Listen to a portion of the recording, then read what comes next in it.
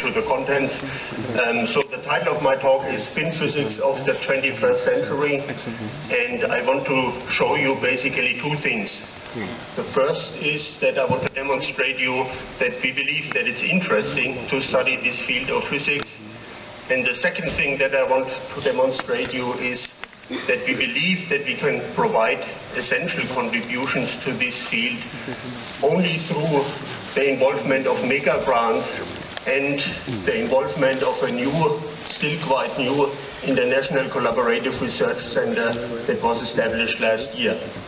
So why are we interested in spin physics? There are many motivations, and I want to give just one of them.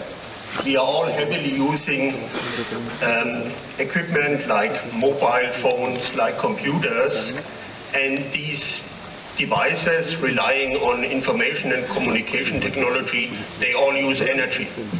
And already in 2010, the energy consumption of these devices was about 10% of the total energy consumption worldwide. And this will ever increase. So the prognosis is that by 2020, 20% of the total energy consumption worldwide will be used by these information and communication technology devices. So a huge energy consumption, we need to provide this energy, and this is clearly a global problem that we have to address, and it might be clever to seek for solutions how we can reduce the energy consumption of every of these devices. Just to give you a little bit more insight, I try to keep it simple. Let's consider a computer.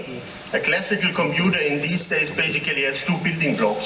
The first one is the processor, which is to manipulate the information that the computer shall handle, and the second one is the hard disk, which is for storing this information. And these two building blocks in most computers still are connected by electrical cables. And through these electrical cables, the information is exchanged between these two building blocks. Electrical cables have electrical resistance, and therefore the currents that transfer the information from the processor to the hard disk and back, they undergo losses because of these electrical resistance. So we immediately lose energy, and moreover, the information transfer is fast, but it's not terribly fast.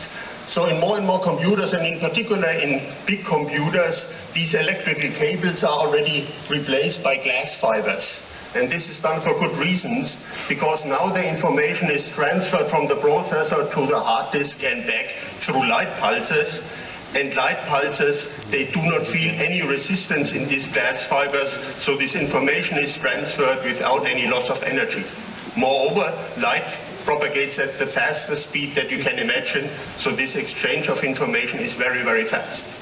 Still, in order to generate these light pulses, you need lasers, and lasers need energy. So we might want to go a step further and reduce the energy consumption even further. So one strategy that one might think of, why still use two separate building blocks, the building block of a processor and of a hard disk? Why not just combine them into a single building block, where we have an all-in-one chip solution, as people say, and then we would have a single device with which we do manipulation and storage of information. So this seems to be a clever idea. Now we have to think, how do we store information in order to realize this? And information, of course, in these days is stored in digital form, so by a sequence of zeros and ones. And for storing information, we therefore need a physical representation of 0 and 1. And this is obviously done, simply speaking, by magnets. And a magnet can be oriented up, this would be the 0, or it can be turned around, can be oriented down, this would be the 1. And this is the way how we store information on hard disks. And during the last 2 decades, people working in this field have done nothing else than miniaturizing these magnets, simply speaking, making them smaller. And by making them smaller, you can basically store more and more information on the same area of the hard disk. So this is just a dense packaging of information. Now, continuing this trend of miniaturization, one might think, what is the smallest possible magnet that you can imagine? And this smallest possible magnet is an elementary particle which carries an excitation which is called a spin. And a spin can also point upwards. This would be the 0 for storing digital information, or it can point downwards. This would be the 1. So the ultimate goal would be use the spin of such an electron to store information and also to manipulate this information. And as we have learned from these glass fibers, it might be a clever strategy to do this by optical means. So, how do we, now that we know how to store information, how do we manipulate information?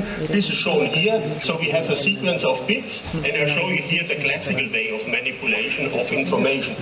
So we have 3 bits here in this case, oriented such that we have a bit sequence of 0, 1, 0, and the classical way of manipulating this information is just to address this bit sequentially. So for the manipulation that we want to do, we address first bit 1. For the operation that we want to perform, we invert it so that it's converted from 0 into 1. Then we turn to, afterwards, we turn to bit 2, which is in the 1 state, and for the particular information we don't want to change it, so we leave it as it is. Then we turn to bit 3, we want to manipulate it, we want to invert it and turn it into state 1, and through this sequential operation we have converted this bit sequence from 0, 1, 0 to 1, 1, 1. Now, can we do the same with the spin of an electron? Of course we can do this, but the spin of an electron can do more, because it's a quantum excitation, and then we have new life. We can orient the spin upwards. This would be the 0 state. We can orient the spin downwards. This would be the 1 state. But the spin as a quantum excitation is a physical representation of Schrödinger's cat. So as Schrödinger said, in this orientation the cat would be alive. In this orientation the cat would be dead. But since it's a quantum excitation, it can not only point upwards or point downwards, be dead or alive, but it can point basically in every possible direction. This means that the spin can be, the cat, can be simultaneously dead and alive. Okay? So this is the famous Schrödinger's cat, and this opens totally new perspectives. These are shown here. We have again our bit sequence, 3 bits, which are called now quantum bits, and on purpose, we introduce now interactions between these quantum bits, as indicated here by these wavy lines. And if we do it in a clever way, we can do the manipulation of the quantum bits such that simultaneously operation is performed on all these bits, and all of them are sort of rotated in a single operation into the desired orientation. So this would be not only a sequence of operations, but this would be massive parallel processing by which we could also reduce the energy consumption. And obviously this would be an enormous increase of processing speed.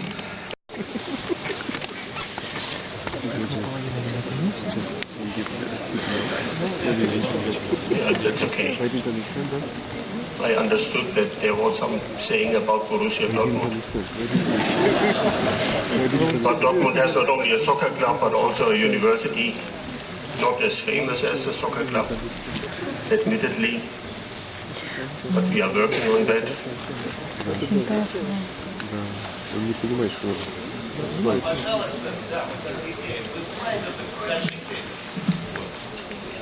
Это Смирнов, это никто. That's not my slides.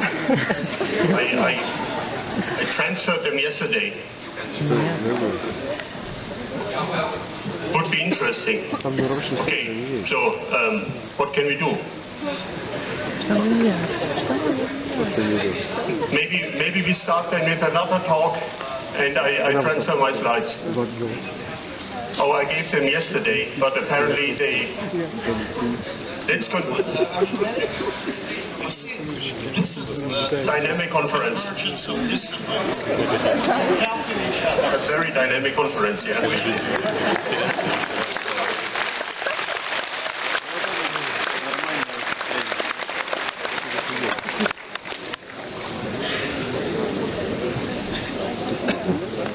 Коллеги, ну вот за это мы не отвечаем. Но действительно я приношу свои извинения в связи с этой неполадкой. Но вот смотрите, член-корреспондент Академии наук России, выдающийся российский историк Аскольд Иванчик, член Совета по науке Министерства образования. Аскольд Иванчик, российский историк, антиковед и востоковед, член-корреспондент Российской академии наук, член Академии надписи.